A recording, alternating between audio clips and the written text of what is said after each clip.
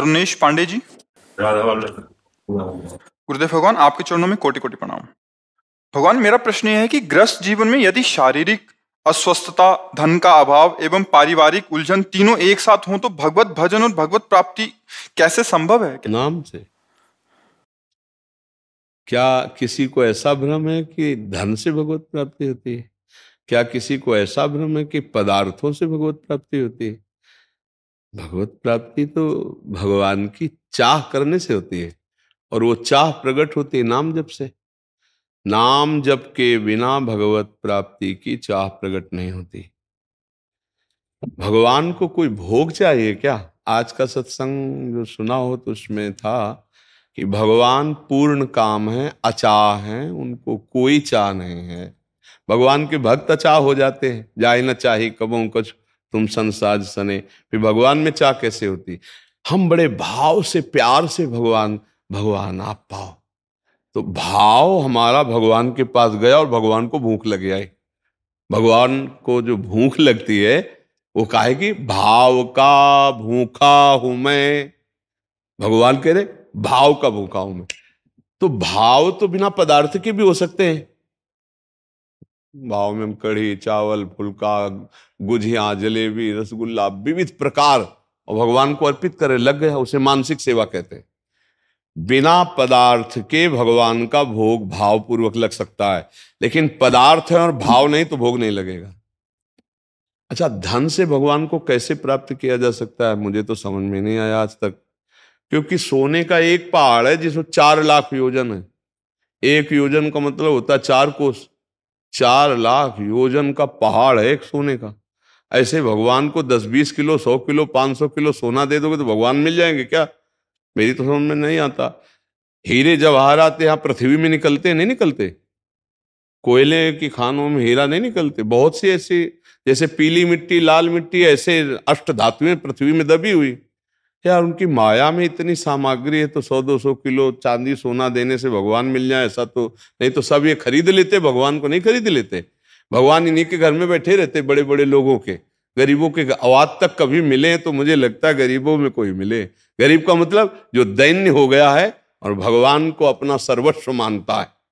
तो ये जो आपका प्रश्न कि धन न होने पर, ये जो आपका प्रश्न सामग्री व्यवस्था न होने पर, अब तीसरा शरीर आता है कि शरीर अस्वस्थ होने पर, तो राधा राधा बोलने में कोई परेशानी?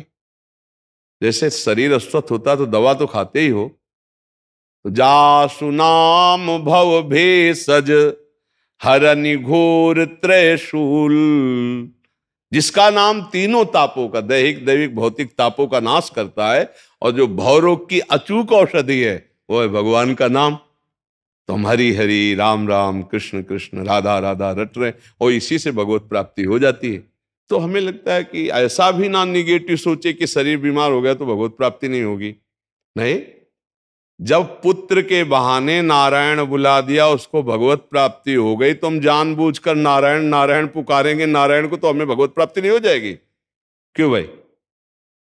तो ऐसा संशय तो ना करे कि भगवान करोड़पतियों के, भगवान पहलवानों के जिनका शरीर स्वस्थ होने को भगवान, या भगवान सुविधाओं के, नहीं, ऐसा नहीं है। भगवान प्रेमियों के, जिसने भगवान से प्रेम किया वो कोई भी हो, भगवान उनको प्राप्त हो गए। प्रेम प्रकट होता है नाम से, भजन से प्रेम प्रकट होता है। भजन नसेनी प्रेम की, जितना भजन करोगे उतना ही भगवान से अपनापन होने लगेगा। बारी मथे घृत होए बर सिकता ते बरु तेल, बिनु हरि भजन न भवतरी या सिद्धांत अपेल। अब हरि भजन में कौन सा पैसा लगता है हमें बताओ? भगवत प्राप्ति ही एक ऐसी बात है जिसमें एक पैसा नहीं लगता। जो पैसे से भगवत प्राप्ति की बात होती है उससे भगवत प्राप्ति हो ही नहीं सकती। ये भी बात ध्यान रखना। पहले अध्यात्म की शुद्ध बात आपको पैसे से नहीं मिलेगी, और पैसे से जो दी जाती है वो अध्यात्म की शुद्ध बात नहीं होती। तो इसमें भी ये बात खत्म हो गई कि भगवत प्राप्ति बिना पैसे के हो सकती है, क्योंकि भगवत प्राप्ति का साधन और भगवत प्राप्ति ये दोनों धन बल का त्याग करने से होती है। सुनेरी मैंने निर्बल के बल राम, अपबल, तपबल और बाहुबल, चौथो बल है दाम, सूर किशोर कृपा ते सब बल हारे को हरिनाम। बढ़िया अवसर है, हारे हुए हो, ना तुम्हारे पास धन का गर्व है, ना शरीर का गर्व है, ना व्यवस्था का गर्व है, तो यही दरबार दीन को आदर रीति सदा चली आई। हे नाथ मुझ अधम को स्वीकार करो, राधा राधा राधा कृष्ण कृष्ण कृष्ण, भगवत प्राप्ति पक्का हो जाएगी। विश्वास करते हैं इस बात पर? कोई संशय? हाँ, राधा राधा। अंकुश जी, राधा वल्लभ श्री हरिवंश महाराज जी, आपके चरणों में कोटि कोटि प्रणाम। महाराज जी, मैं पिछले लगभग 1 साल से आपकी शिक्षाओं को सुन रहा हूं और मैंने स्वयं में एक गहरा परिवर्तन अनुभव किया है। आपके शब्दों ने मुझे एक बेहतर इंसान बनने की दिशा में निर्देशित किया है और मुझे नियमित रूप से जप करने के लिए प्रेरित किया है। मेरे जीवन में ज्ञान और प्रेरणा का इतना अविश्वसनीय स्रोत होने के लिए धन्यवाद। मैंने आपके पिछले सत्संग में सुना था कि अगर हमने किसी का 1 रुपया भी देना है तो अगले जन्म लेना निश्चित है। इसी बीच मैंने उन सब लोगों को याद कर पैसा देना आरंभ कर दिया और दिया भी। अब मेरा प्रश्न है कि जिन लोगों को हमें याद ना हो उनसे पैसा किस तरह, मतलब कि किसी से लिया और हम भूल गए हों तो? उसकी पूर्णता श्री भगवान की शरणागति में हो जाती है। हमारे जितने ऋण हैं, मातृ ऋण, पितृ ऋण, देव ऋण, ऋषि ऋण, जितने ऋण हैं सब ऋणों की पूर्ति हो जाती है सर्वलोक महेश्वर भगवान के चरणों का आश्रय लेने से, उनकी शरणागति से। जो हम जान रहे हैं, जो हमारी याद में है, हमारे पास व्यवस्था है, हम उससे प्रयास कर लेते हैं, और जो नहीं है तो स्वाभाविक सब ऋणों से मुक्ति भगवान की प्राप्ति में हो जाती है। यदि हम निरंतर नाम जप करते हैं, अब सब में अपने प्रभु की भावना करते हैं। देखो बच्चा, ये ढांचा जरूर है, लेकिन ढांचों के अंदर वही परमात्मा बैठा हुआ है, बिजली वही है, पावर वही है। ये शरीर जो है ये पंचभूतों से रचित, लेकिन इनमें चैतन्य घन आत्म स्वरूप उसी के प्रकाश से प्रकाशित होकर बुद्धि, मन, चित्त, अहंकार, कर्मेंद्रियां, ज्ञानेंद्रियां, ये सब संचलित हो रहे हैं। वो अकर्ता, वो अकाल, वो अजन्मा शांत स्वरूप बैठा हुआ है। अब उसे निराकार मानो, साकार मानो, जो भाव से जो उपासना करते हैं, तो हम उसकी भावना करते हैं। सब में, सब ऋणों से मुक्त होने का सब के उपाय, सब में भगवत भावना करते हैं और धर्म पूर्वक मेहनत करके धन कमाते हैं। 4 पुरुषार्थ हैं, धर्म, अर्थ, काम, मोक्ष। निवृत्ति मार्ग अलग है, प्रवृत्ति मार्ग, चूंकि आप प्रवृत्ति मार्ग में, इसलिए ऐसा। धर्म पूर्वक अर्थ कमाते हैं, परिवार की उसी अर्थ से सेवा करते हैं। जो समाज की सेवा में सौभाग्य कभी मिले तो वो सेवा करते हैं। निरंतर नाम का स्मरण आपको स्वरूप बोध कराएगा। जैसे जैसे हृदय पवित्र होता जाएगा, तैसे तैसे ये स्थूल शरीर है ना, फिर सूक्ष्म शरीर है जो अंतःकरण ज्ञान इंद्रियों से, फिर कारण शरीर है जो स्वभाव है। इन तीनों शरीर से परे अपना स्वरूप है। उसका जहां बोध हुआ, फिर समस्त बंधनों से मुक्त हो जाता है जीव। या भगवत साक्षात्कार हुआ तो समस्त बंधनों से, बस हमारा संसार का चिंतन छूट जाए। कर्म सब जैसे कर रहे हैं वैसे ही होने, हमारा आंतरिक चिंतन केवल प्रभु से जुड़ जाए, स्वरूप परमात्मा स्वरूप से जुड़ जाए, सब काम बन जाए। आज हमारा चिंतन बिगड़ गया है, देह चिंतन, भोगों का चिंतन, संसार के संबंधियों का चिंतन, मान सम्मान का चिंतन, रुपया का चिंतन, ये सब गलत चिंतन होने लगा है। भगवान कहते हैं मेरी प्राप्ति उसको सुलभ है जो मेरा अनन्य चिंतन करता है। अनन्य चेता सततम यो माम स्मृति नित्यशः तस्याहम सुलभा पार्थ नित्ययुक्तस्य योगिनः। जो मेरा अनन्य चिंतन करता है, हे पार्थ, मैं उसके लिए सुलभ हो जाता हूं, क्योंकि वो मेरे से युक्त हो जाता है। चिंतन जहां है, हमारी उपस्थिति वहीं मानी जाती है। देह में चिंतन, भोगों में चिंतन, जगत में चिंतन, तो यहाँ उपस्थिति, और क्रियाएं सब जगत की हो रही, और चिंतन भगवान का, तो स्थिति भगवान में मानी जाती है। नित्य युक्तस्य योगिना, समझ पा रहे हो? तो भगवान की आराधना मात्र से समस्त ऋणों से जीव मुक्त हो जाता है, फिर उसका आवागमन नहीं होता है। भक्ति ज्ञान अपने स्वरूप का बोध हो जाने पर, जैसे स्वप्न में हमने बहुत से कर्जे लिए थे, बहुत से दान दिए थे, बहुत से शुभ अशुभ कर्म बने थे, जगे तो सब झूठे थे ना, ऐसे ही विशुद्ध ज्ञान हो जाने पर ये फिर जो जागृत स्वप्न सुषुप्ति अवस्थाओं के द्वारा सब ये उससे परे हो जाता है, क्योंकि ये अवस्थाएं तीनों शरीरों की ही केवल है। जागृत में स्थूल शरीर, स्वप्न में सूक्ष्म शरीर, कारण शरीर सुषुप्ति अवस्था में, और जागृत स्वप्न सुषुप्ति स्थूल सूक्ष्म कारण तीनों से परे अपना स्वरूप है ये ज्ञान। और तीनों से परे श्री भगवान है, जो परे हैं वही सब में भरे हैं, जो सबसे परे हैं वही सब में भरे हैं। आनंद ही आनंद, बस उनकी आराधना हो जाए तो कोई ऋण नहीं रह जाता। समझ पा रहे आप? निरंतर बस आराध्य देव में चित्त वृत्ति लगी रहे, यही जीवन का सार है। जो भी सेवाएं मिली हैं समाज की वो तो अपने लोगों को करना ही है, बस निरंतर इष्टाकार वृत्ति रहे। जो हमारे इष्ट देव हैं, चाहे वो ज्ञान मार्ग का पथिक हो, चाहे प्रेम मार्ग का, भक्ति मार्ग का, चित्त वृत्ति का इष्ट में बार बार लगाना यही योग है। नाम में, रूप में, लीला में, स्वरूप में जैसा भी भाव गुरुदेव ने दिया हो, हर समय अपने इष्ट का चिंतन। और व्यवहार में तो साधु को सेवाएं मिलती हैं, समाज के जनों का कल्याण, नाना प्रकार के भागवतिक उत्सव आदि या जो भी सेवाएं, पर चिंतन हमारा सदैव अपने इष्ट का रहे और कोई भी चरित्र को हमारे छू न पाए। बस ये दो बातें साधु को त्रिभुवन विजेता बना देती हैं। पहला इष्ट का चिंतन और दूसरा चरित्र की पावनता। अगर चरित्र पावन रहे और इष्ट चिंतन रहे तो जयति जयति जग उच्चरे। वो त्रिभुवन विजेता महात्मा सतरति सतरति सा लोकान तारयति, वो स्वयं तर जाता है और तीनों लोकों को तारने की सामर्थ्य रखता है। और गुरु प्रदत्त नाम मंत्र का निरंतर जप, और ये दृष्टि रहे कि कहीं कोई भी हमारे चरित्र को न छुपावे, हमारा चरित्र निष्कलंक रहे। काछ वाछ मन निश्चल राखे, धन धन जननी तेरी रे, बड़ नरसैया दर्शन पावा। नरसिंह जी कहते काछ लंगोटी का पक्का, वाच जबान का पक्का, और मन काछ वाच मन निश्चल राखे, धन धन जननी तेरी रे। जिसकी काछ निश्चल, वाच वाणी निश्चल और मन एकाग्र, उसको कभी कोई त्रिभुवन में परास्त नहीं कर। काछ वाच मन निश्चल राखे, धनी धनी जननी तेरी। खूब नाम स्मरण रखिए। जैसे महाराज जी हम श्री हरि के विष्णु उनके चरण में बैठते हैं तो हमारे कली का नाश, हमारे जो युग का अभी जो युग चल रहा है उसका प्रभाव कम होता है। वैसे ही आपके सानिध्य में बैठ के ये लग रहा है कि जैसे हम साक्षात उनके दर्शन कर रहे हैं। बस वही कृपा आप हम पे रखिए। महारानी जी का प्रताप है, ओली का प्रताप है।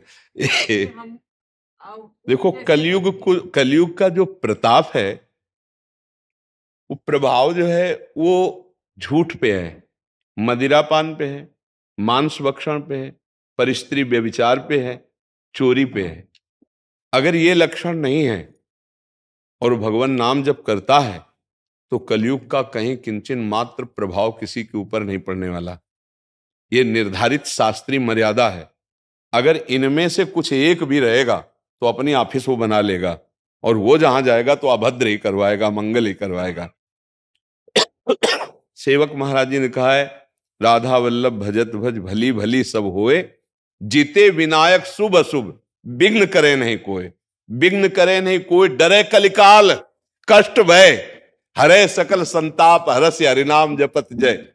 कलयुग डरता है श्री जी के निज जलों से। कलयुग डरता है कि कहीं हमसे कोई त्रुटि लो हो जाए, हमको दंड मिल जाएगा। क्योंकि सर्वलोक महेश्वर भगवान श्री कृष्ण चंद्र जी, जिनके कर कमल में पीक दानी है और ऐसे खड़े हैं कि प्रिया जो कब उगार करेंगी, वो तो अखिल ब्रह्मांडों के स्वामी। तो ये कलयुग क्या, उन्हीं के शासन में तो है, तो ये कुछ नहीं बिगाड़ सकता जो प्रियालाल के चरणों के आश्रित जन है। यहाँ जैसे वृंदावन धाम है और यहाँ जो भी प्रभाव है हमारी महारानी जी का प्रभाव है, मेरी श्यामा जी का प्रताप है। उन्हीं के प्रताप से जैसे कोई कह रहा मेरा जीवन बदल रहा है, कोई कह रहा मुझे आध्यात्मिक लाभ मिल रहा है, ये केवल श्यामा जी की मुस्कान का है। वो मुस्कुरा दिए तो सब प्रभाव उन्हीं का फैल गया। तो हमें लगता है यदि हम श्यामा जी का नाम जप करें, श्यामा जी के चरणों के आश्रित रहे, हम जहां बैठे यहां से बात कर रहे हैं, तो ये जो भगवान हैं वो तो वहीं खड़े हैं सेवा में।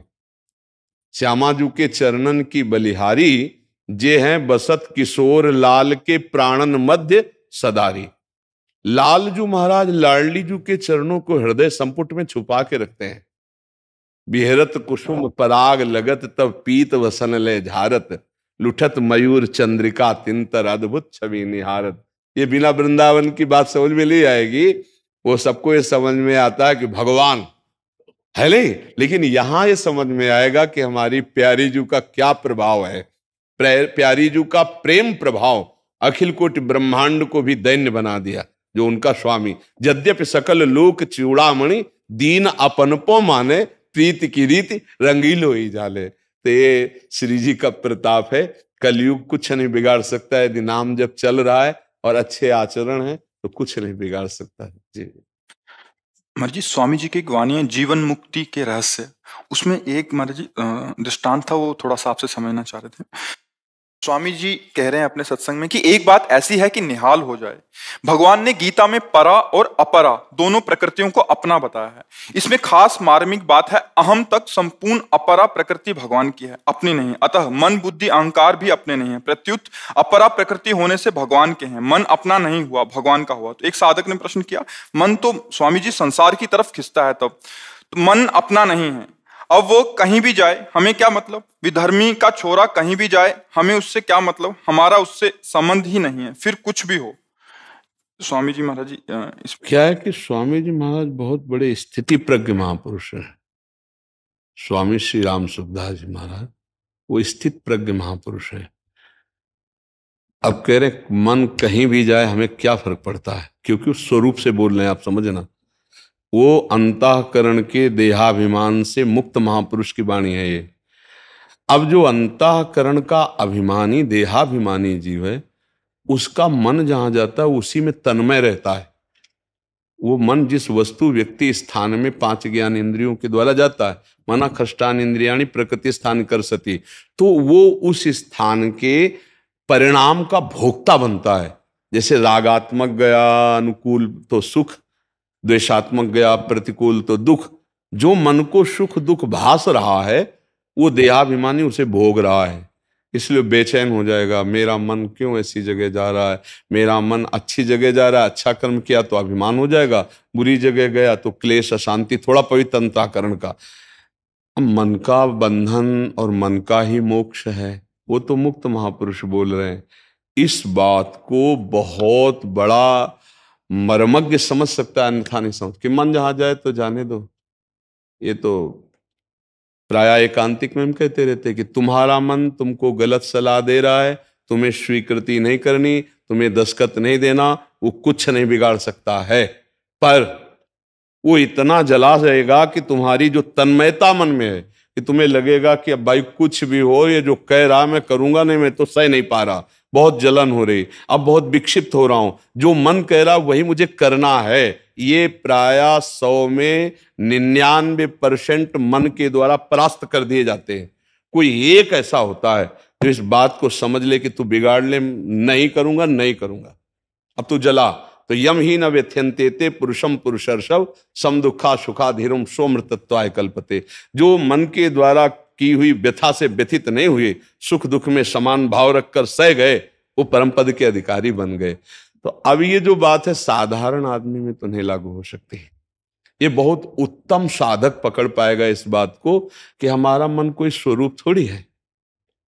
मन और 5 ज्ञान इंद्रियां ये प्रकृति की तरफ आकर्षित हो रहे हो। मैं परमात्मा का अंश हूं, अब जा तू क्या कर लेगा, मुझे नहीं चाहिए। अब इतना बड़ा दृष्टा भाव हो करके वो उससे बिलग हो तब तो ना। अभी तो तन्मयता भाव मन में ही है, वो मन में तन्मय होकर जो ज्ञानेंद्रियां कह रहे उसी के अनुसार कर्म कर रहा है। उल्टा हो गया है, विषयों ने इंद्रियों को वश में कर लिया, इंद्रियों ने मन को वश में कर लिया, मन ने बुद्धि को वश में कर लिया, और जो देहाभिमानी जीव है वो बुद्धि के अनुसार चल रहा है और बुद्धि मन के अनुसार चल रही, मन इंद्रियों के अनुसार, इंद्रियां विषय के अनुसार। और जबकि सिद्धांत ऐसा है कि उसी आत्म तत्व से प्रकाशित बुद्धि है, तो बुद्धि परम पवित्र होकर मन का शासन करे और मन इंद्रियों पर शासन करे और इंद्रियां निर्विषय हो जाए, तो परमात्मा सुख। महाराज जी जैसे आप स्थिति का आप जैसे कह रहे हैं कि वो महापुरुष स्थिति है, तो शायद आगे उसी की लाइन का परा और अपरा दोनों प्रकृतियां भगवान की हैं, तो मैं मतलब परा और मेरा अपरा भी उसी के हुए, अतः मैं मेरा नहीं रहा, केवल तू और तेरा ही रहा। अब करना जानना देखो, पाना कुछ भी हाँ, बाकी अब ये स्थिति है, स्वामी जी की स्थिति है, जनसाधारण की स्थिति नहीं है, समझ रहे ना।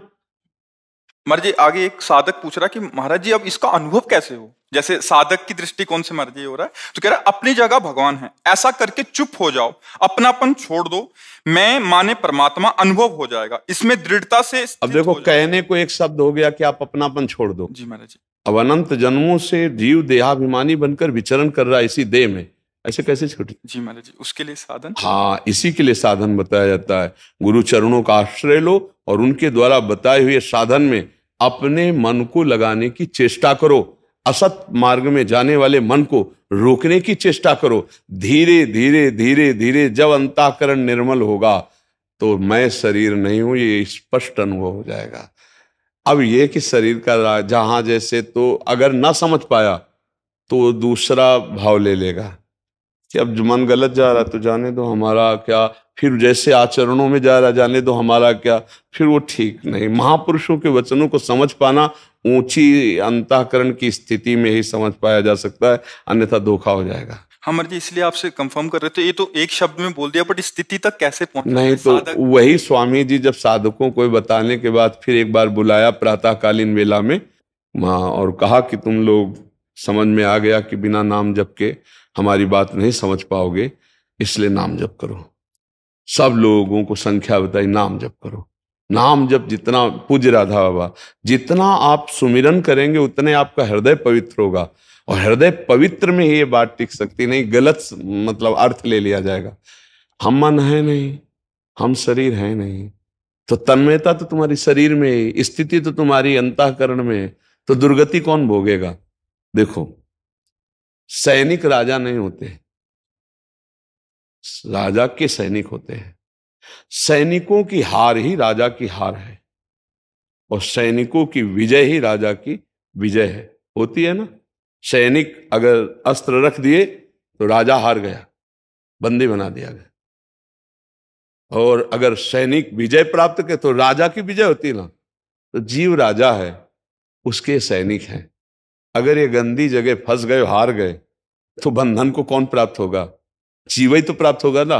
बंधन को कौन प्राप्त है? सुअर, कुत्ता, गधा, योनियां किसको मिलने? उसी आत्म तत्व को, जो निर्विकार है, अजन्मा है, जो अमल है। वही भ्रम में फंसकर अपने को जो स्वीकार करता जा रहा है, वो उसकी दुर्गति होती चली जा रही है। तो उसके सैनिक है इंद्रियां, मन, बुद्धि। अगर ये सही रास्ते पे नहीं लगेंगे तो हार तो उसी की होगी। अगर इस सही रास्ते पे लग गए तो इंद्रियां मनश्चास्मि, भगवान ही मन है, चित्त भगवान ही है, सर्वस्व भगवान ही है। जहां यह अनुभव हुआ, खत्म, तब खत्म हो गया। ये स्वामी जी को अनुभव है। महाराज जी, साधक कैसे सरल तरीके से इस स्थिति तक पहुंच जाए? हाँ, सबसे पहला भगवत प्राप्ति का उपाय है गुरुदेव की शरण। ये मनमानी मार्ग है ही नहीं। जो मनमानी चलते हैं, आज का सत्संग सुना होगा, जो मनमानी चलते हैं उनको लय, विक्षेप, विघ्न परास्त करके मिटिया मेट कर देते, अर्थात साधना रह नहीं जाती।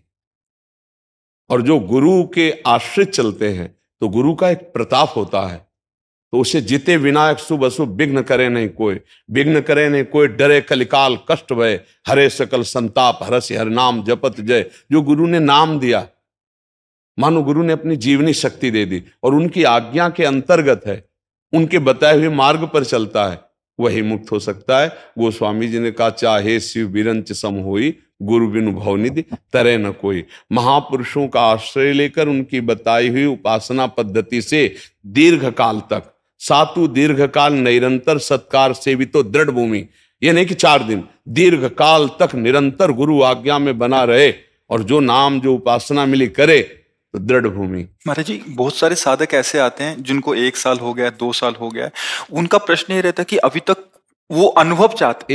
1 साल 2 साल, हम कह रहे 1 मिनट में अनुभव हो जाए, लेकिन तुम्हारी स्थिति तो बने। अब तुम 2-4 माला इधर किए हो, इसके बाद विषय सेवन भी कर रहे हो, संसार के राग रंग का भी, तो आप क्या समझते हो गंगा नहाया नाली में कूद गए तो आप पवित्र हो गए क्या? समझ रहे हो? एक बार गंगा नहाया, पवित्रता की सुरक्षा कीजिए, अपवित्रता ना होने पावे तो तुम्हें महसूस होने लगेगा मैं निष्पाप हो रहा हूं। लेकिन गंगा भी नहाते हैं और गंदी नाली में भी कूदते हैं, फिर क्या अनुभव होगा? 1 साल क्या तन्मयता पूर्वक भजन किया। हम 1 मिनट की बात कर रहे हैं, 1 साल तो बहुत होता है। 1 मिनट सर्वतो भावेन परमात्म चिंतन में डूब जा, 1 मिनट में आनंद मिलने लगेगा। लेकिन 1 मिनट तो मन को संभाल नहीं सकते। ईमानदारी से देखो, 1 मिनट लक्ष्य में मन को नहीं लगा सकते, 1 मिनट देह का विस्मरण जागते हुए नहीं कर सकते, और कह रहे हो 1 साल से भगवत। महाराज जी सीधा आते हैं, लीला दर्शन नहीं हो रहा। लीला दर्शन भगवदार, हाँ ये सब जो मनाया सो इंद्रियों का विलास चल रहा है, लीला दर्शन। शांति अव्यर्थ कालत्वम विरक्तिर्मान शून्यता आशा बंदा समुत्कंठा नाम गाने सदा रुचि आसक्ति तद्गुणाख्याने प्रीति तद्वसति स्थले। अभी लीला में प्रवेश हो जाएगा। शांति, तुम्हें थप्पड़ मारे, कोई गाली दे, तुम्हारा अपमान करे, तिरस्कार करे, अंदर कोई हलचल नहीं, और उसका मंगल करते जे अनुसहन निंदक तीनों पे अनुग्रह क्यों। भगवान करुणा में तुम्हारी को सद्बुद्धि दे, तुम स्वस्थ रहो, कभी तुम्हारा मंगल ना हो। लीला दर्शन के लिए योग्यता शांति, बिल्कुल किसी भी तरह की कोई हलचल नहीं। जैसे अपनी जबान से, जबान जो है दांतों से कट गई, किसको हम साप दें, किसको हम पीटे है? ऐसे ही जब कोई हमें पीटे, हमें गाली दे, हमें अपमान करे, हमारे अंदर ऐसे ही निर्दोष दृष्टि बनी रहे, वो पहला लक्षण शांति। अव्यर्थ कालत्वम, 1 सेकंड भी कभी अपने इष्ट गुरु से विमुख नहीं, हर समय तैल धारावत भगवत चिंतन चल रहा है। अव्यर्थ कालत्वम।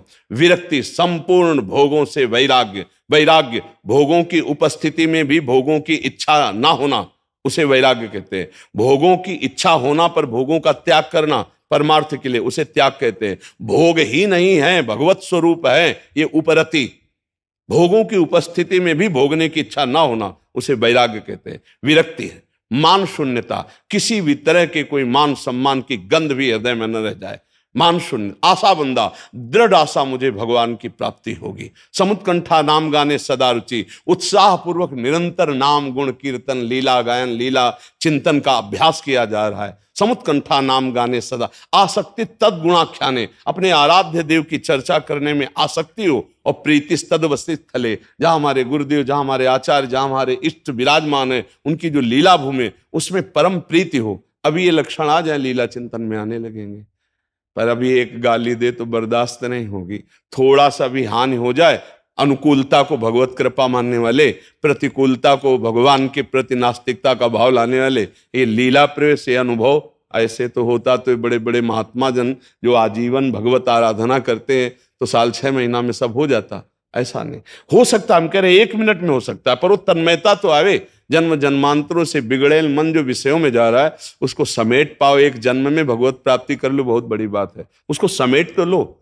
अगर कहा जाए कि जैसे ध्रुव जी ने 6 महीने में कर ली, तो पूर्व में कौन सी साधना की आपको पता है? कितना समेट चुके आपको पता है? प्रहलाद जी कितना कृपा पात्र है, समेट चुके पता है? तो हम किसी की अवस्था या वर्ष में नहीं देखते, स्थिति देखते हैं। आप कितना समेट गए, आप कितना अपने स्वरूप में आ गए हैं, कितना देह भाव से रहित है, तभी तो इसका लाभ होता है। यहां सब कुछ देह के अंतर्गत हो रहा है, और बिना देहातीत हुए स्थिति नहीं आती, चाहे ज्ञान में हो और चाहे प्रेम में हो। प्रेम में 5 भूले देह सुधि, छठे भावना रास की, तब पावे रसरीत स्वामी श्री हरदास की। पूरे शरीर का बिल्कुल यंत्र, जैसे कार अलग है आप अलग हैं, ऐसा अनुभव होता है। ये शरीर केवल यात्रा के लिए, भगवत प्राप्ति के लिए। ये मैं शरीर नहीं हूं, पक्का। न जागृत न स्वप्न सुषुप्ति मेरी क्रियाएं नहीं है, पक्का। ये काम क्रोध लोभ मोह मद का आकर्षण मेरे में नहीं है, ये इंद्रियों में आकर्षण है, और इस आकर्षण में इनको जाने नहीं देंगे, क्योंकि हमारी अनुमति के बिना कुछ हो तब आगे बढ़ता है। अभी तो मनमानी आचरण हो रहे हैं। महाराज जी फिर तो ये बहुत कठिन लग रहा है महाराज। हाँ, कठिन अपने तैर कर जाने में कठिन, गुरु कृपा में कुछ नहीं। मोक्ष मूलम गुरु कृपा, समझ रहे हो? गोदी में लेके पहाड़ चढ़ने का जिसको अभ्यास है, उसको लेके चढ़ जाएगा, तो जो गोदी में उसको क्या परिश्रम। इसीलिए तो गुरु कृपा कहा गया है। ध्यान मूलम गुरु मूर्ति, पूजा मूलम गुरु पदम, मंत्र मूलम गुरु वाक्यम, मोक्ष मूलम गुरु कृपा। बस गुरुदेव की आज्ञा में चल ले तो हम नहीं चढ़ सकते, लेकिन गुरुदेव हमें चढ़ा देंगे।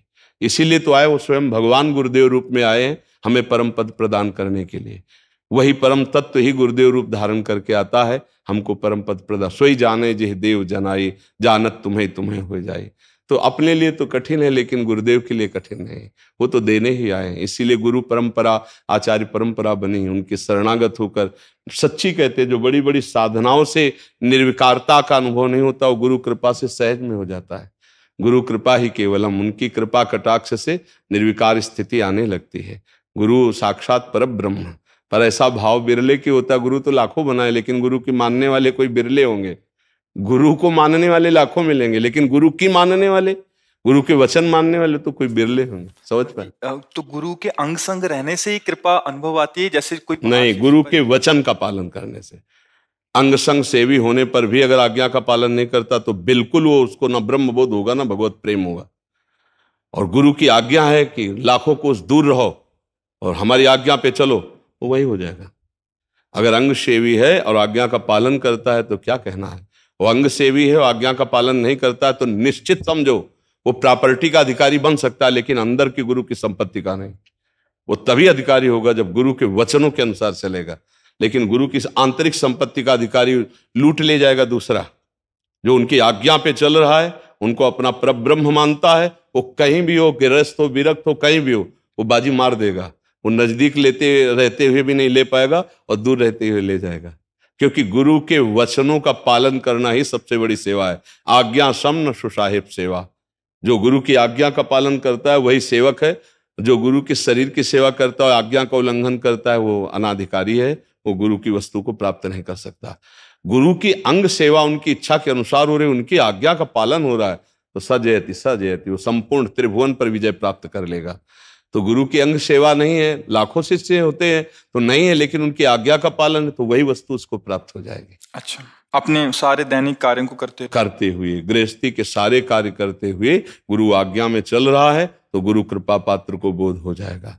अच्छा, गुरु के शरीर की सेवा प्रधान जो सिद्ध महापुरुष होते हैं, शरीर त्यागी होते हैं, शरीर की सेवा का उनका प्रधान महत्व नहीं। उनका है कि तुम अपने स्वरूप को जानो, तुम भगवत प्रेम को प्राप्त हो, तो उनकी बात मान लो। बात नहीं मानते और तुम उनकी लंगोटी धो दे या चला धो दिया, उनकी बात बिल्कुल नहीं मानते, अवहेलना करते हो, उनके विपरीत चलते हो, वो गुरु कभी प्रसन्न नहीं हो सकते। जो सच्चे मार्ग के पथिक है कभी नहीं प्रसन्न हो सकते। अगर शरीर सेवा कर रहे हो तो उनकी आज्ञा का पालन करो। इसलिए पाया जाता है कई ऐसे चरित्र आते हैं महापुरुषों के कि उनकी सेवा में रहे और उन्हीं को जहर दे दिया। तो वो प्रॉपर्टी दृश्य में है इसलिए सेवा में हो, संपत्ति दृश्य में है इसलिए सेवा में हो। गुरु की आंतरिक संपत्ति पर तो नजर आज्ञा पालन करने वाला कर पाता है। तो इसलिए प्रधान बात है, आवश्यक है गुरु जी की चरण सेवा, सेवा का अंग है। गुरु जी के वस्त्र धोना, गुरु जी के जूठे पात्र। जी, सब शिष्यों का ऐसा भाव रहता है कि ये सब करें, मतलब अपने गुरुदेव के चरण। हाँ, भाव तो सबका रहेगा, लेकिन खास बात है गुरु की आज्ञा पालन करना। जैसे गुरुदेव को साष्टांग दंडवत ऐसे सब ना, तो फिर वो कई बार इस बात को कहा कि देखो, दंडवत करना खास बात नहीं है, हमारे पास आना खास बात नहीं है, खास बात है हमारी बात मानना, जो हम कह रहे हैं वैसे चलो, बस ठीक। कोई भी सच्चा भगवत प्राप्त महात्मा कभी भी अपनी आज्ञा का उल्लंघन बर्दाश्त नहीं कर सकता, और उनकी आज्ञा भगवत प्राप्ति के लिए ही होती है, धर्मशास्त्र सम्मत होती है। शास्त्र आज्ञा का उल्लंघन, गुरु आज्ञा का उल्लंघन, तो कोई भी गुरुदेव प्रसन्न नहीं हो सकते। पैर दबाओ आप, रबड़ी रसगुल्ला और कपड़ा लत्ता, ये तो सब पार्थिव वस्तु है, कोई गुरु इन पर प्रसन्न थोड़ी होगा। वो तो प्रसन्न होगा अपनी आज्ञा का पालन करवाने के लिए। प्रायः देखा गया है बड़े बड़े महापुरुषों को कि आज्ञा पालन में ही वो दृढ़ हैं कि अगर हमारी आज्ञा का पालन नहीं तो आप हमारे शिष्य नहीं हो, आप हमारे नहीं हो। आज्ञा पालन हो रहा तो लाखों कोस दूर है और भगवत प्राप्ति कर लिया, गुरु कृपा प्राप्त बन गया, ऐसा देखा गया है। जी, मैं पूछना चाह रहा था कि सबसे बड़ा ज्ञान कौन सा है? हर समय नाम में प्रीति हो जाए तो सबसे बड़ा ज्ञान है। सबसे बड़ी तपस्या नाम जप, सबसे बड़ा ज्ञान नाम। अब आपको हम ये सिद्ध करके दिखाते हैं कि नाम जप सबसे बड़ा ज्ञान कैसे है। जैसे हिंसा, चोरी और पापाचरण करने वाला, उसको कोई ज्ञान नहीं है। लेकिन जब वो राम भी नहीं बोल पा रहा था और मरा मरा कहा, तो 2 के बाद राम राम आ गया ना। हाँ, तो राम जी के जन्म लेने के, प्रकट होने के पहले ही राम जी के चरित्र को रच दिया, इतना ज्ञान हो गया। तो नाम सबसे बड़ा ज्ञान। जिन महात्माओं को ज्ञानी महात्मा कहा गया वो निरंतर नाम जप करते हैं। जैसे सनकादि परम ज्ञानी है ना, तो हरिशरणम हरिशरणम हरिशरणम हरिशरणम रटते रहते हैं। कोई भी हो बिना नाम जप के शुद्ध ज्ञान को प्राप्त नहीं होता। हाँ, नाम के अलग अलग रूप हैं। कोई राम जपता है, कोई हरि जपता है, कोई कृष्ण जपता है, तो कोई ओम जपता है। ये भी भगवान का नाम ही तो है ना। तो नाम सबसे बड़ा ज्ञान। जिसको ये पता चल गया कि नाम जप करना सबसे बड़ा ज्ञान, तो सब ज्ञान उसके अंदर आ जाएगा। और शास्त्रों का पूरा ज्ञान है और नाम जप नहीं कर रहा, तो वो काम विजयी नहीं होगा, क्रोध विजयी नहीं होगा, लोभ विजयी नहीं होगा, वो मोह मद मत्सर इन पर विजय नहीं प्राप्त। तो ज्ञान किस बात का? आपको समझ में आया? इसलिए सबसे बड़ा ज्ञान नाम जप करना। जो नाम है वही कृष्ण है, जो कृष्ण है वही नाम है। जेई नाम तेई कृष्ण, ऐसा सिद्धांत आता है। तो सबसे बड़ा ज्ञान का समुद्र भगवान श्री कृष्ण है। गीता उन्हीं से निकली, वेद उन्हीं से निकले, सारे ज्ञान उन्हीं से निकले। तो जो कृष्ण वही नाम, जो नाम वही कृष्ण। अगर हम कृष्ण कृष्ण बोल रहे तो इससे बड़ा कोई ज्ञान नहीं। आप इसे निरंतर रटिए। राधा राधा बोल रहे, इससे बड़ा कोई ज्ञान नहीं। इसे निरंतर रटिए तो आपको सब ज्ञान प्राप्त हो जाएगा। ठीक समझ पाए आप? इस पर कोई प्रश्न? नहीं। हमारी अपनी तरफ से सबसे प्रार्थना है, कोई व्यसन न करे, कोई अभक्ष पदार्थ ना पाए, मांस आदि, कोई पराई माता बहनों की तरफ गंदी व्यवहार वाली वृत्ति ना रखे, और नाम जप करे। सीधी साधी बात, न पैसा खर्चा है और न ज्यादा कोई इसमें कि नहाओ धो ये वो सब। अपवित्रा पवित्रो वा सर्वावस्थांगतो पिवह यह स्मरेत पुंडरीकाक्षम सवायाभ्यंतरा शुचि। वाय और अभ्यंतर दोनों से पावन हो जाता है। राधा राधा राधा, कृष्ण कृष्ण कृष्ण, जो नाम जप। पर भाई गंदे आचरण छोड़ दे। अगर पापाचरण करोगे तो फिर बात नहीं बन पाएगी। गंगा नहाया और फिर नाली में लौट गए तो कैसा रहा? तो नाम जप करें फिर पापाचरण करें तो बात वही है। सबसे बड़ी कृपा है जो आप कृपा करके पधारे। बड़ी कृपा है जो हमारा और आपका संभाषण हो रहा है, परस्पर भगवत चर्चा हो रही। इसका लाभ लिया जाए। हम सब भगवान के आश्रित होकर अपने जीवन को पावन करें। आपके कुछ कहने की भावना है क्या? आपसे ही पूछ रहा हूं। संतोष गुप्ता जी, दिल्ली से। राधे राधे महाराज जी, आपके चरणों में कोटि कोटि प्रणाम। महाराज जी, आपके सत्संग एवं जीवन के मार्गदर्शन ने मेरी जीवन के प्रति अवधारण ही बदल दी। लगता है कि अभी तक सिर्फ उद्देश्य विहीन जीवन जी रहा था। मेरा प्रश्न यह है कि महाराज जी, प्रेम, मोह और आसक्ति में क्या अंतर है? परिशुद्ध प्रेम क्या है? हाँ, मोह जो है वो शरीर और शरीर संबंधियों से होता है। आसक्ति, प्रियता, वो भोग में भी हो सकती है, वो शरीर में भी हो सकती है, वो स्थान में भी हो। वस्तु, व्यक्ति, स्थान जो मेरे अनुकूल पड़े उसमें आसक्ति होती है। और जो शरीर और शरीर संबंधी हैं, जितना भी हम विस्तार कर सकते हैं, उन सब से मोह होता है। और मोह होता है अज्ञान के कारण, आसक्ति होती है अज्ञान के कारण। और अज्ञान बैठा हुआ है अंतःकरण में, मन बुद्धि चित्त अहंकार, इसी में। जब ये साधना उपासना आराधना के द्वारा अज्ञान का नाश होता है तो बुद्धि शुद्ध निर्णय करती है। शुद्ध निर्णय क्या है? विद्या विनय संपन्ने ब्राह्मणे गविहस्तनी सुनीच सुपाके चा पंडिता समदर्शिना। मेरे परिवार में या परिवार के बाहर पशु पक्षी जड़ चैतन्य सब में एक परमात्मा तत्व विराज। मोह का नाश हो गया। पूरी गीता जी सुनने के बाद अर्जुन को क्या प्राप्त हुआ? नष्टो मोहा स्मृतिर्लब्ध्वा त्वत्प्रसादान मयाच्युता। मोह का नाश और शाश्वत भगवत स्मृति का जागरण। तो जो मोह है वो शरीर और शरीर संबंधियों से होता है। जो आसक्ति है, जो अनुकूल प्रिय रागात्मक वस्तु है, उसमें होती है। वो वस्तु हो सकता है, व्यक्ति हो सकता है, स्थान हो सकता है, मान्यताएं हो सकती, पद प्रतिष्ठा, जो भी आसक्ति। और इसी आसक्ति और मोह के बंधन में बंधा हुआ प्रेम को कभी जान ही नहीं सकता। और जो प्रेम होता है वो सच्चित आनंद घन से होता है। शरीरों में जो प्रेम कहा भी जाए उसे काम कहते हैं, उसे आसक्ति कहते हैं, उसे राग कहते हैं, प्रेम नहीं कहते। प्रेम शाश्वत होता है, वो शाश्वत से ही होता है। ये जो कहा जाता है ना कि अमुक अमुक से प्रेम है, स्वार्थ की वासना को आप प्रेम नहीं कह सकते हैं। प्रेम जो होता है वो निष्काम होता है, प्रेम तत्सुख होता है। प्रेम की पहचान है प्रतिक्षण वर्धमानम, कामना रहितम, सूक्ष्मतरम, अनुभव स्वरूपम। बड़ा सूक्ष्म होता है, वो अनुभव में ही आने वाला होता है, प्रतिक्षण बढ़ता रहता है, उसमें कोई कामना नहीं होती। और यहां कोई भी संबंध होता है तो कामना से ही होता है।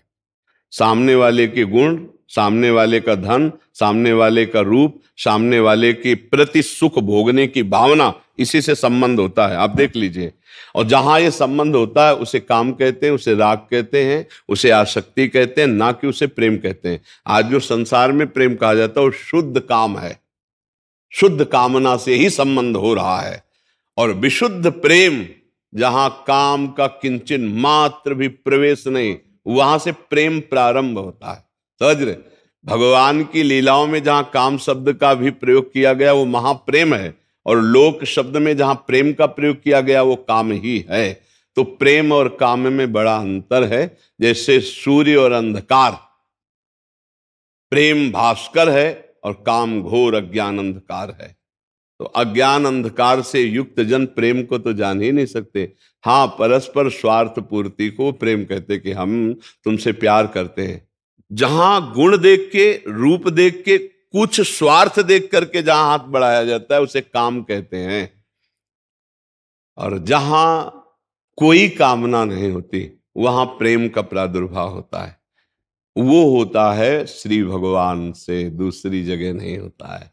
प्रेम दूसरी जगह हो ही नहीं सकता, वो केवल प्रभु से होता है। अब प्रभु और गुरुदेव में कोई भेद नहीं, गुरु गोविंद ने भेद कराए। तो जो हम गुरु में प्रेम करते हैं, प्रभु में प्रेम करते हैं, वो निष्काम माना जाता है।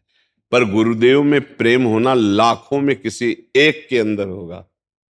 प्रेम का प्रदर्शन करना अलग बात होता है, प्रेम होना। अब उसकी पहचान, मेरे गुरुदेव ने कहा ये नहीं करना है। हम लाखों कोस दूर हैं पर गुरुदेव की आज्ञा का उल्लंघन नहीं कर सकते। प्रीति का मतलब क्या होता है? भला ऐसा कौन निर्वाह कर? गुरु लाखों मानते हैं लेकिन गुरु की मानने वाला कोई बिरला ही होता है। भगवान को लाखों पूजते हैं लेकिन भगवान से पाने के लिए, लेकिन भगवान को पाने के लिए कोई बिरले होते हैं। जो भगवान से भगवान को मांगते हैं, उनका प्रेम मांगते हैं, उनकी सेवा मांगते हैं, वही धन्य है। जो भगवान से लोक वस्तुएं मांगते हैं वो प्रेमी नहीं कहलाते हैं। प्रेमी वाणिज्य व्यापार नहीं है। प्रेम बहुत विशुद्ध चीज है। प्रेम का जो स्वरूप है वो केवल प्रेमी हृदय ही समझ सकता है, वाणी पूर्ण रूप से तो वर्णन कर ही नहीं सकती। प्रेम जब जागृत होगा तो अपने प्रीतम से एक सेकंड के लिए वो बिलग नहीं रह सकता, क्योंकि प्रेमी का जीवन ही प्रीतम है। तो हमारे प्रभु का भी स्वभाव ये था, माम प्रपद्यन्ते तास्तते भजाम्यहम्। आप प्रेम करो और वो आपसे दूर रहे, ऐसा नहीं हो सकता। क्या करते हैं? वो समा जाते हैं मन में, बुद्धि में, चित्त में, अहम में। नैनन पी मूर्ति रहे, तेजस रहे समाय। ये लक्षण सुनि प्रेम के और न कछु सुहाय, और न कछु सुहाय। फिर अपने रस मातो, कुटुम देह ते जाए, छूट सब ही विधि नातो। जहां जहां पी की बात सुने, खोजत तिन गहनन। हमारे कृष्ण की कोई चर्चा सुना दे, मेरी प्रियाजू की कोई बात कर दे, कोई बात सुना दे। बावरो सो रस में फिरे, खोजत नेह की बात। कोई प्रेम की चर्चा सुना दे, हृदय विकल रहता है। वो एक अलग चीज है। मोह, आसक्ति, राग, काम, ये अलग चीज है। आजकल हम इसी को प्यार कहते हैं। मोह को, राग को, काम को, आसक्ति को प्रेम शब्द में कर नहीं। प्रेम शब्द सच्चिदानंद से होता है। सच्चिदानंद के सिवा प्रेम शब्द कहीं सार्थक ही नहीं है। और आप अनजाने में सच्चिदानंद से ही प्यार कर रहे हैं। जैसे पत्नी, तो जब सच्चिदानंद अंतर ध्यान हो गया, अब रखो 1 रात, 2 रात, 10 रात रख के दिखाओ। नहीं को पैसा दे के आग लगवा दोगे तो प्यार किसको कर रहे थे? बोले जो था वो तो निकल गया। तो जानते थे कौन था? नहीं जानते थे, इस शरीर को, इसी से प्यार करते थे। तो अनजाने में भी प्यार सच्चिदानंद से ही होता है, पर जान करके करते तो मुक्त हो जाते। अनजाने में तुमने शरीर को माना प्यार, तो इसीलिए फिर रोना पड़ता है, वियोग सहना पड़ता है, वो मोह राग काम के कारण। प्रेम एक विशुद्ध वस्तु है और वो निर्मल हृदय में प्रकाशित होती है। एक बार प्रकाशित होता तो सदैव बढ़ता रहता है। अचाह स्थिति में प्रेम का जागरण होता है। जा ही न चाहिए कबहू कछो, तब तुम सन सहज सने। सहज प्रेम का प्रादुर्भाव कब होता है? अचाह स्थिति, कोई चाह नहीं, न लोक लोकांतर की, न मोक्ष की, न किसी भी सुख की, पर एक आग लगी हुई है। हा प्राणनाथ, हा प्रीतम, कब मैं आपको गले लगा पाऊं, कब आपको देखूं। हा कृष्ण, हा कृष्ण, बस चिल्ला चिल्ला कर रुदु सुस्वरम राजन कृष्ण दर्शन लालसा। छिन छिन रुदन करंत, छिन गावत आनंद भरी, छिन छिन हाहर हसंत। कभी हंसता है, कभी रोता है, कभी गाता है अपने प्रीतम। वो बड़ी अद्भुत स्थिति होती है, पर वो केवल श्री कृष्ण के लिए। काम और प्रेम बिल्कुल नजदीक नजदीक दिखाई देते हैं। काम और प्रेम नजदीक नजदीक दिखाई देते हैं। कामी पुरुष को भी रात्रि में नींद नहीं आएगी, प्रेमी पुरुष को भी रात्रि में नींद नहीं। काम का रंग चढ़ जाए तो तुम्हें भूख प्यास सब खत्म हो जाएगी, प्राण न्यौछावर करने के लिए तैयार हो जाओगे, जेल भरी है इसी से, है ना? बिल्कुल ऐसे ऐसे चल रहे हैं। पहचान अगर सही नहीं हो तो कभी कभी पीतल में भी सोने का भ्रम होने लगता है। तो पीतल और सोना ऐसा, लेकिन जौहरी की दृष्टि में नहीं। तो कहीं कहीं आसक्ति को, राग को, काम को लोग कहते हैं बहुत, देखो ये दो प्रेमी हैं, ये बहुत, नहीं नहीं नहीं, वो पीतल है, सोना नहीं है। सोना जब जौहरी के सामने जाओगे तो पोल खुल जाएगी कि पीतल के दाम अलग होते हैं, सोने के दाम अलग होते हैं। प्रेम एक अलौकिक तत्सुख भावना से जागृत होने वाली अचाह स्थिति है। अब ये यहाँ चाहों की भीड़ लगी हुई, कामनाओं की, तो अचाह स्थिति का कैसे कोई परिचय प्राप्त कर सकता है? जहां किसी भी तरह की न सोच है, न कोई चाह है, बस तड़पन है, एक तड़पन। जैसे कोई दिल को मसला करे, शायद इसको ही इश्क कहते हो। उर्दू में प्रेम को इश्क कहते हैं। तो पूज्य भाई जी हनुमान प्रसाद पोद्दार जी ने अपने प्रेम दर्शन में लिखा, शायद इसको ही इश्क कहते हो, जैसे कोई दिल को मसला करे। एक अद्भुत पीड़ा, कब मिलोगे प्रभु, कैसे मिलोगे? हा कृष्ण, आज की भी रात गई, आज का भी दिन गया, दरस बिन दूखन लागे नहीं। ये प्रेम, वो मतलब अब जब अनिर्वचनीय तो कैसे उसको कोई प्रकाशित करे, तो कैसे करे? बिरह कमंडल कर लिए बैरागी दो नैन, मांगत दरस मधु करी, छके रहित दिन रैन। विरहाग्नि रूपी कमंडल है, नेत्र बैरागी पूरे विश्व में कहीं नहीं टिक रहे। एक विश्वात्मा श्री कृष्ण के दर्शन के लिए विकल है। हा प्यारे, एक झलक दे दो, एक बार मिल जाओ। नाथ आपके लिए जीवन अर्पित किया, नाथ आप मिल जाओ। बस अंदर ये चलता रहता है। फिर क्या होता है? देर थोड़ी लगती है। ऐसे उपासकों का आलिंगन प्रभु करते हैं।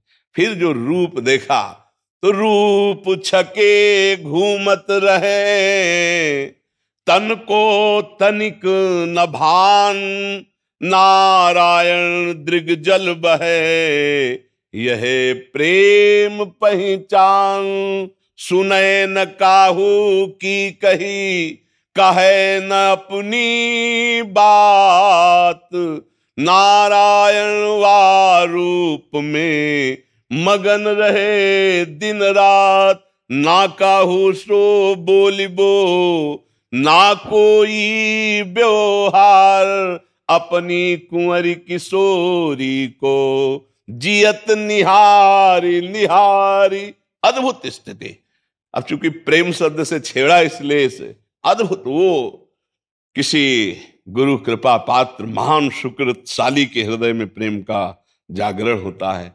हमें लगता है हम सब कृपा पात्र ही हैं।